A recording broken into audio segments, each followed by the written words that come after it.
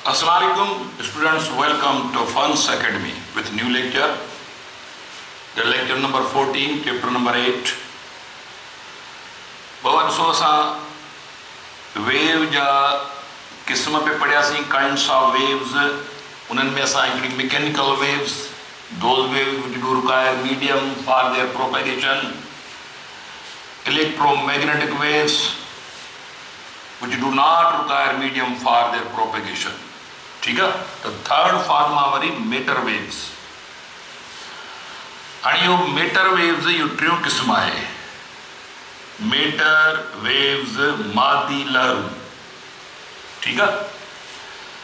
हाणे बेसिकली इन्हनि matter waves जो आइडिया मिस्टर डी ब्रॉगली नाले साइंटिस्ट हो. डी जेके प्रोनाउंस कबो डी ब्रा. ठीक है. तो डी ब्रा इन्हनि मेटर वेव जो तस्वर ॾिनो. डी ब्रा चयो त ख़ासि करे जेके स्मॉल पार्टिकल्स आहिनि, इलेक्ट्रॉन प्रोटॉन, इहे जेके फंडामेंटल पार्टिकल्स आहिनि, जॾहिं इहे बाबा हिकिड़ो इलेक्ट्रॉन आहे, चए थो इलेक्ट्रॉन जेॾी महिल अॻिते वञे थो हरकत में आहे त पोइ इहो वेव फॉर्म में अॻिते वेंदो वञे. माना ख़ुदि मेटर मूव थो करे अॻिते. इलेक्ट्रॉन मटीरियल शइ आहे. त पोइ इन खां पोइ इहो ख़्यालु जेको पेश कयो डी ब्रा, उनखे पोइ साबित करण लाइ यानी डेविसन एंड जर्मर मशहूर हिकिड़ो एक्सपेरिमेंट हो.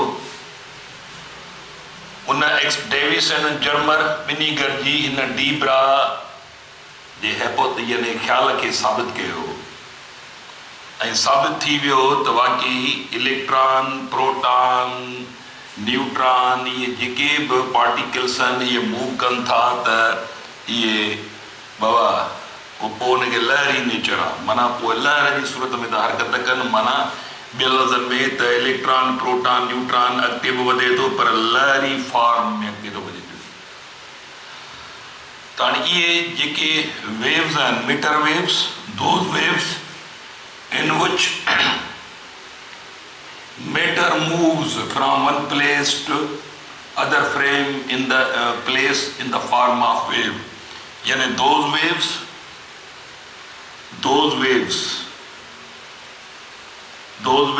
in which matter moves from one place to another place, from another place in wave form. ठीक है. in wave form. तो मीटर हिकु हंधि खां ॿिए हंधि वेव फॉर्म में. ताणी इहो जेको इलेक्ट्रॉन्स प्रोटॉन्स न्यूट्रॉन्स जॾहिं महिल हरकत में था अचनि हाई स्पीड सां त उहे वेव फॉर्म में अॻिते वधनि था पिया. ऐं हिन मेटर वेव्स खां पोइ जेको इहा ॻाल्हि ज़हन में हुजे त बोर्स एटॉमिक मॉडल खां पोइ जेको लेटेस्ट एटॉमिक मॉडल आहे उहा आहे श्रूडिंगर एटॉमिक मॉडल, जंहिंमें हू वादे था कनि त बाबा जेका इलेक्ट्रॉन ऑर्बिट में घुमी रहियो आहे त वेव फॉर्म में घुमी रहियो आहे. छा में घुमी रहियो आहे? वेव फॉर्म में. त लेटेस्ट जेको एक्सेप्टेबल मॉडल आहे उहो आहे श्रूडिंगर एटॉमिक मॉडल, जंहिंमें इहो वाज़े चयो वियो आहे त इलेक्ट्रॉन जेको एटम में शेल में घुमी रहियो आहे, पंहिंजे ऑर्बिट में घुमी रहियो आहे, उहो वेव फॉर्म में घुमी रहियो आहे. ओके. त इहे मीटर वेव्स जो क़िस्मो. त असां पंहिंजे कोर्स मुताबिक़ इहे टे वेव्स आहिनि. हालांकि चौथी वेव बि लेटेस्ट आई आहे जंहिंखे ग्रेविटेशनल वेव्स चइजे. छा ग्रेविटेशनल वेव्स, जेको तक़रीबन काफ़ी साल पोइ ते हिकिड़ी नज़रियो आयो त बाबा काइनात बिग बैंग खां थियण दौरान हिकिड़ियूं लहरूं काइनात में हुअणु खपनि. उन्हनि लहरुनि जो वजूद हाणे 2-2.5 सालनि में यानी डिस्कवर थियो आहे, यानी उहो साबित थियो आहे, जिनके ग्रेविटेशनल वेव्स तो चइजे. त कायनात में हिकिड़ियूं रिपल्स मौजूदु आहिनि, हिकिड़ियूं लहरूं मौजूदु आहिनि जिनखे ग्रेविटेशनल वेव्स थो चइजे। उनजी ओरिजिन उहे किथां शुरू थी हुयूं, जॾहिं बिग बैंग थियो। ओके, त इहो थोरो ज़हन में हुजे तव्हांखे, एक्स्ट्रा नॉलेज। हाणे चऊं था पिया अॻिते प्रोग्रेसिव। ॾिसो हाणे उहो आहे, हाणे वरी हिकिड़ी ॿी शइ ईंदी। हाणे असां ही जेके मैकेनिकल वेव्स आहिनि, जेके मैकेनिकल वेव्स ऐं जेके ट्रांसवर्स वेव्स आहिनि, ट्रांसवर्स वेव्स, हाणे इन्हनि में वरी मैकेनिकल ऐं ट्रांसवर्स में वरी हिकिड़ी आहे ट्रेवलिंग या प्रोग्रेसिव। हाणे मैकेनिकल वेव्स में बि प्रोग्रेसिव वेव्स आहिनि, त वरी ट्रांसवर्स में बि प्रोग्रेसिव या ट्रेवलिंग वेव्स आहिनि। ॾिसो हुआ हाणे उहे समूरियूं वेव्स, उन में मैकेनिकल बि ईंदियूं त ट्रांसवर्स बि ईंदियूं। उहे समूरियूं वेव्स जेके हिकु प्लेस खां एनर्जी कैरी कनि थियूं ऐं ॿिए हंधि थियूं हली वञनि, त इहे समूरियूं प्रोग्रेसिव या ट्रेवलिंग वेव्स आहिनि। मिसाल जेकॾहिं फर्ज़ कयो हीउ लाउड स्पीकर आहे, इन मां साउंड निकितो, इहो प्रोपेगेट थी हलियो वियो, माना सोर्स लाउड स्पीकर आहे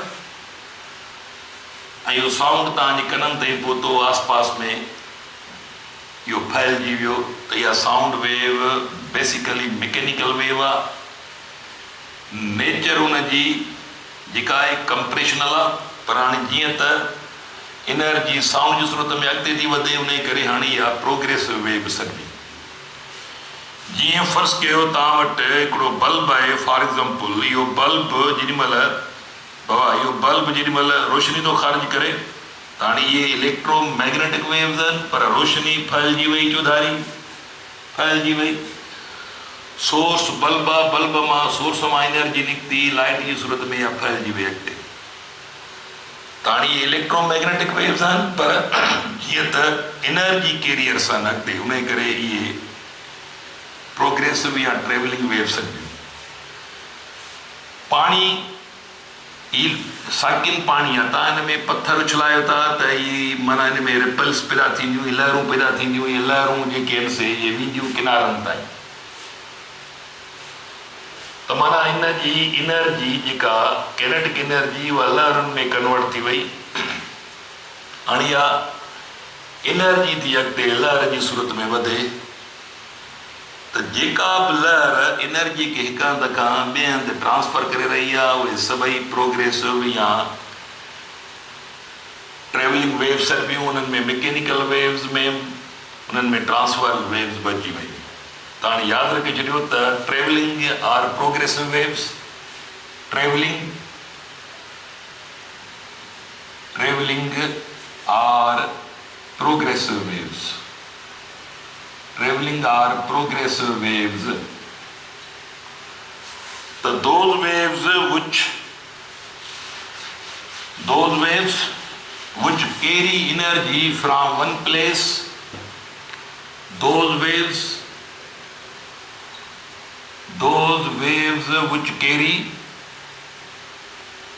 which carry energy from one place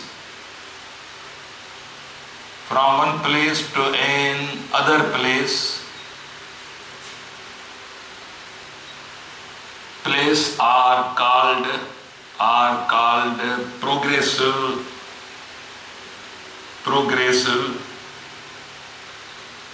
oblique traveling waves. Okay, are progressive oblique traveling waves. तो ये समूरियों तार जेॾी महिल प्रोग्रेसिव या ट्रेवलिंग वेव जो लफ़्ज़ अचे, माना ये एनर्जी कैरियर्स आहिनि। उन में मैकेनिकल वेव्स आहिनि। हाणे मैकेनिकल वेव्स में साउंड वेव प्रोग्रेसिव सघिबियूं। अर्थक्वेक वेव प्रोग्रेसिव सर्विंग, छाकाणि जो एनर्जी डीप खां अचे थी मथे, शेकिंग थी थिए, यानी वर्क थो थिए। साॻे नमूने सां पाणीअ में लहरूं पैदा थियनि थियूं, किनारनि ताईं थी वञनि पियूं, इहे बि प्रोग्रेसिव या ट्रेवलिंग सर्वियूं। त वरी जेके ट्रांसवर्स वेव्स आहिनि, सभई जो सभई प्रोग्रेसिव आहिनि, यानी माइक्रोवेव थियूं, रेडियो वेव थियूं, लाइट थी, अल्ट्रावायोलेट, एक्सरेज, रेडिएशन यानी गामा रेज, इहे सभई जो टोटल स्पेक्ट्रम आहे त यानी हुनजो क़िस्म त आहे इलेक्ट्रोमैग्नेटिक वेव्स आहिनि, नेचर ट्रांसवर्स आहे, पर हाणे हिननि खे प्रोग्रेसिव सर्वो, छाकाणि जो एनर्जी कैरियर सर्वो। ओके, त हाणे इहे सभई तव्हां साउंड वेव थियूं, वेव वाटर वेव्स थियूं, उन खां पोइ जेके आहिनि से अर्थक्वेक वेव्स थियूं, इन खां अलावा इहे जेके बि वेव्स आहिनि बाबा छा आहिनि, मैकेनिकल वेव्स, इहे सभई तव्हांजो प्रोग्रेसिव वेव्स आहिनि। ऐं जेकॾहिं फ़र्ज़ु कयो असां हिकिड़ो स्ट्रिंग फ़र्ज़ु कयो, हालांकि एतिरो आइडियल स्ट्रिंग प्रैक्टिकली पॉसिबल न आहे, पर हिकिड़ो अहिड़ो स्ट्रिंग जेको तमामु जीअं एंडलेस स्ट्रिंग आहे, ऐं जेकर उन में लहर पैदा थिए, ऐं उहा लहर जेसिताईं वञे थी पई उहा लहर, त पोइ इहा ट्रेवलिंग वेव आहे। त हाणे ट्रेवलिंग जे अपोज़िट में वरी हिकिड़ियूं ॿियूं वेव्स आहिनि, ट्रेवलिंग प्रोग्रेसिव वेव जे अपोज़िट में हाणे इहे आहिनि अॻिते वधंदड़ लहरूं, प्रोग्रेसिव या ट्रेवलिंग वेव्स, सफ़र कंदड़ लहरूं। पर हिकिड़ियूं ॿियूं बि लहरूं आहिनि जेके जिन खे सरबो standing or stationary waves. Okay, त पहिरियां ही तव्हां ॻाल्हियुनि खे सम्झो त असां ॿिए लेक्चर में वरी असां स्टैंडिंग ऐं स्टेशनरी वेव खे डिस्कस कंदासीं। तेसिताईं पंहिंजो ख़्यालु कजो। अल्लाह हाफ़िज़।